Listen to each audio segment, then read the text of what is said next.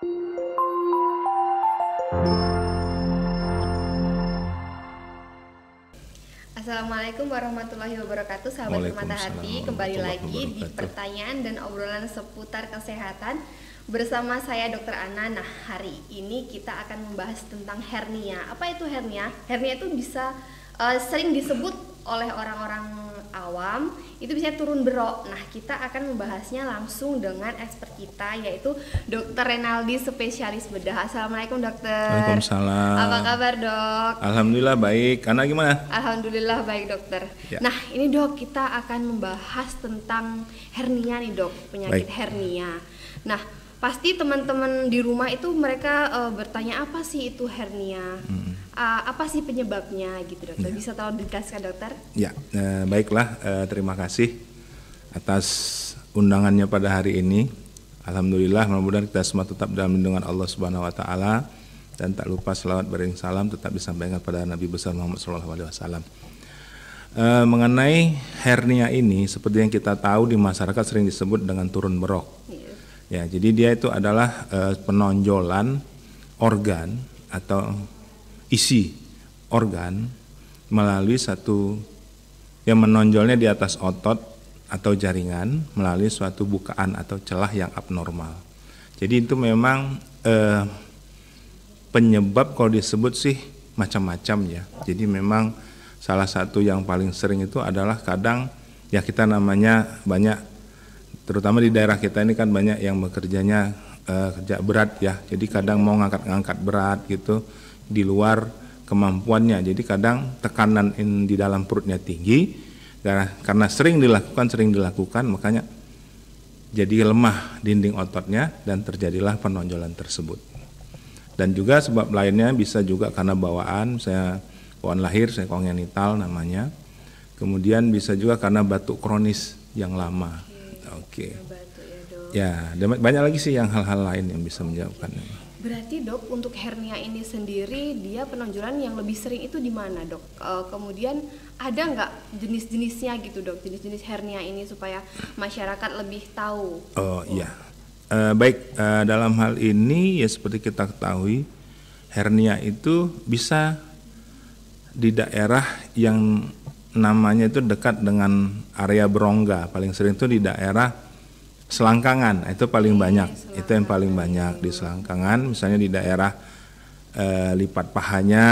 Nah, kemudian ciri khasnya itu dia tuh hilang timbul gitu. Dia timbul kalau memang lagi berdiri lama atau bekerja.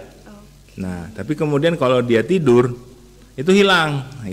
Kemudian bisa juga hernia oleh karena robekan misalnya pada otot, biasanya pada olahragawan juga bisa. Kemudian hernia dinding perut namanya juga ada. Itu di dinding perut biasanya karena kelemahan otot juga atau ada bekas operasi atau apa gitu. Jadi bisa menyebabkan hernia juga gitu.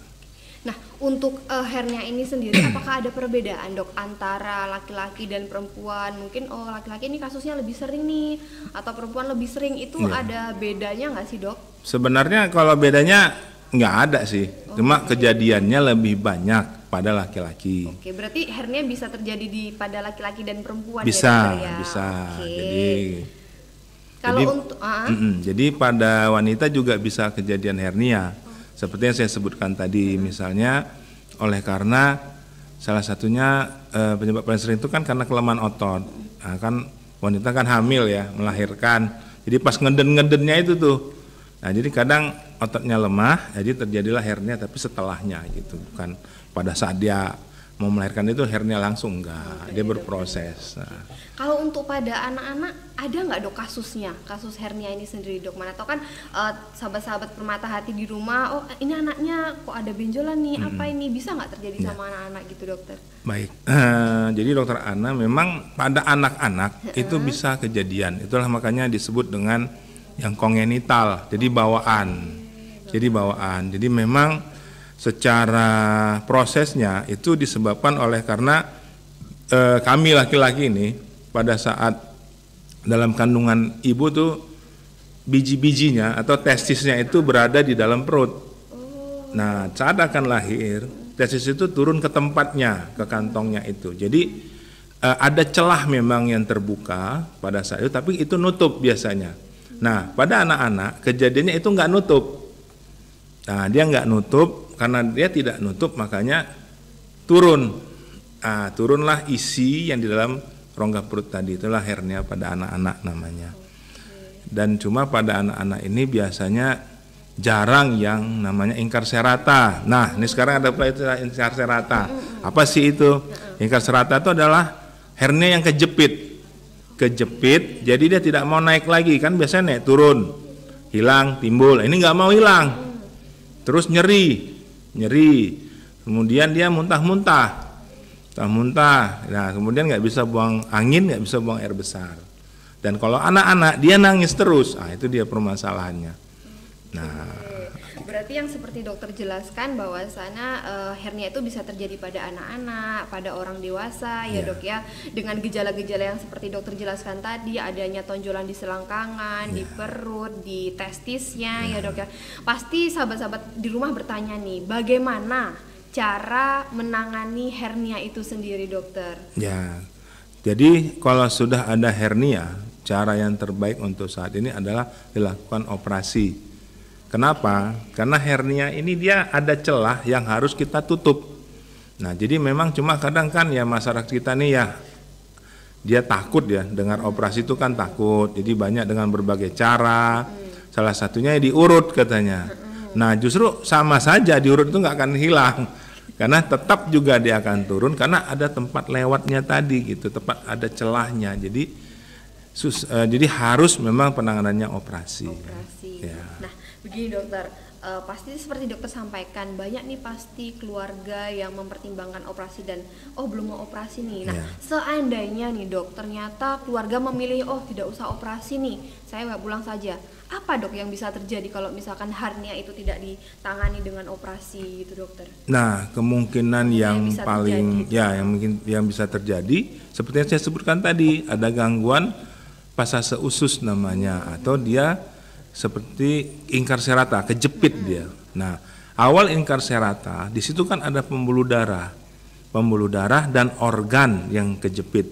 Nah, organ yang paling sering kejepit itu adalah usus, itu yang paling sering. Nah, jadi kalau dia sudah kejepit, tentunya aliran darah di situ kan terganggu. Nah, karena udah terganggu, lama kelamaan terjadi strangulata namanya. Jadi dari ingkar serata dia terperangkap dulu, kemudian terjadi gangguan aliran, kemudian terjadilah strangulata. Nah, strangulata ini udah gangguannya semua, udah gerak ususnya terganggu, aliran darah terganggu, organnya juga bakalan terganggu. Nah, oleh karena nanti bisa organnya itu jadi mati. Nah, sementara kan kita harus tindakannya operasi nanti dilihat itu. Kalau organnya masih bisa baik atau namanya viabel, nah itu mungkin kita tidak lakukan pemotongan usus. Tapi kalau dia tidak baik atau tidak viabel, nah itu dilakukan pemotongan usus. Nah, jadi operasinya tadi yang hanya sayatannya di daerah selangkangan jadi naik ke arah perut gitu, karena kita mau nyambung usus. Nah, seperti itulah salah satu komplikasi yang paling kita takutkan. Berarti memang hernia ini tidak bisa disepelekan ya dokter, karena memang harus segera dilakukan tindakan. Baiklah dokter, ini topik kita sangat menarik karena ilmunya sangat bermanfaat. Pasti sahabat Permata Hati di rumah juga sangat-sangat menerima ilmu ini, mendapatkan ilmunya dari dokter. Terima kasih banyak dokter atas waktunya. Demikian sahabat Permata Hati, jika ada keluarga di rumah ada gejala seperti yang disampaikan Dr. Rinaldi tadi, boleh langsung datang ke Rumah Sakit Permata Hati, bertemu langsung dengan expertnya. Untuk jadwalnya bisa dilihat nanti di bawah ya. Terima kasih. Assalamualaikum warahmatullahi wabarakatuh. Waalaikumsalam. Sampai ketemu lagi. Terima kasih. Terima kasih dokter.